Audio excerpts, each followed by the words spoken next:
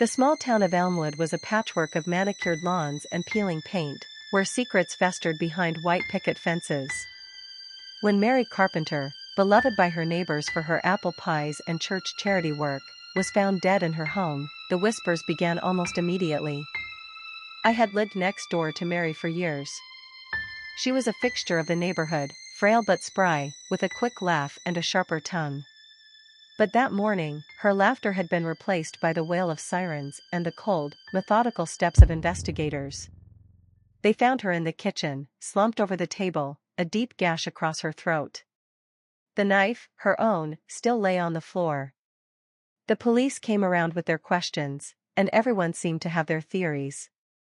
At first, the most obvious suspect was her husband, Harold. He'd been acting strangely, more withdrawn than usual. Rumors swirled that Harold had been spending late nights at the bar downtown, often seen laughing too intimately with a much younger waitress named Denise. When Denise was questioned, she denied any involvement but admitted that Harold had talked about starting fresh, a phrase that sent shivers through the neighborhood gossip mill. Had Harold's midlife crisis turned murderous? But then there was her son, Caleb. He'd blown back into town a few months ago, unannounced, looking gaunt and jittery. Mary had confided to me once, over coffee, that Caleb had a troubled past. Drugs, bad crowds, and worse decisions. She'd tried to help him get back on his feet, but I could tell from the bags under her eyes that it was taking a toll. The day before her death, I'd seen Caleb storming out of her house, shouting something I couldn't make out. Later, I overheard him at the gas station arguing with his friends, a rough-looking pair who didn't seem to belong in Elmwood.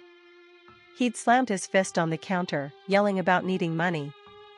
Then there was the neighbor, Mr. Hewitt. A retired schoolteacher, he'd always been polite but distant.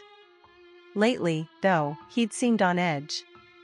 A week before Mary's death, I'd caught him lurking near her garden late at night. When I called out to him, he muttered something about a cat and shuffled away. Hewitt had always been particular about property lines, and Mary's apple tree had grown a few errant branches into his yard. Could a petty dispute have escalated into something unthinkable? The investigation dragged on, and the air in Elmwood grew heavier. Harold's alibi was thin, but so was Caleb's. Caleb claimed he'd been with his friends all night, but none of them seemed particularly trustworthy. Meanwhile, whispers about Harold's affair turned into outright accusations. At Mary's funeral, Denise's presence, just a little too close to Harold, was the final straw for many. Weeks later, the police made an arrest. It was Caleb. They'd found traces of Mary's blood in his car and discovered that he'd taken out a life insurance policy in her name, something she'd likely signed without understanding its full implications. Under pressure, one of his friends confessed, Caleb had hatched the plan in desperation, promising them a cut of the payout. They'd broken in late at night, thinking she'd be asleep, but Mary had confronted them in the kitchen. The confrontation turned violent, and Caleb delivered the fatal blow. Even as Caleb's confession sealed his fate, I couldn't shake the lingering shadows. Harold moved away with Denise shortly after, the stain of suspicion never quite washing off. Mr. Hewitt stopped coming outside altogether, his blinds perpetually drawn. And I stayed in Elmwood, where the echo of Mary's laugh still haunted the corners of my mind. In the end, Elmwood's secret wasn't just that Mary had been killed. It was that everyone, in their own way, had played a part in her